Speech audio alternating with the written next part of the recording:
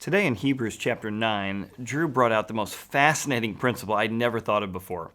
In Hebrews 9:17, it says, "No testament is in force until people are dead." And he referenced the idea that a covenant and a testament are the same word.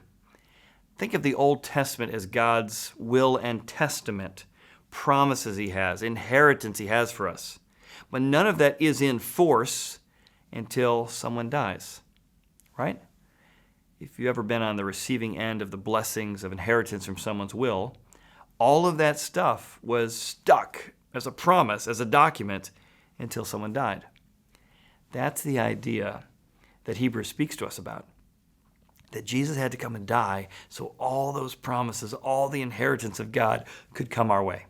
In fact, in the book of Romans, it calls us heirs, joint heirs with Christ. But none of that would be things we could participate in if Jesus hadn't died. So I want you to reflect on that as you're trying, maybe in the pathway today, one of our Try It sections. There's 4 different ones. Maybe just pick 1 or 2. Maybe it's reading about Christ's resurrection and realizing he didn't just die, he came back again and offers a brand new covenant, a brand new way to walk in that inheritance. Or maybe you need to confess some things. Maybe the idea of eagerly waiting for Christ to return is a way in which the Holy Spirit's tapping on your shoulder and saying, there's some areas you need to confess or get right with me, or maybe walk in the light in ways you're currently walking in darkness. Or maybe you're a person who connects best with God through music. Our music team has put together several worship sets you can get on the app or on the website.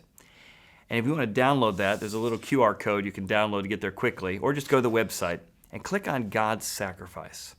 Just take a few moments in worship to God and singing those songs back to God, listening to our band, and think about what it means for God to die so all his inheritance could be transferred from heaven to us.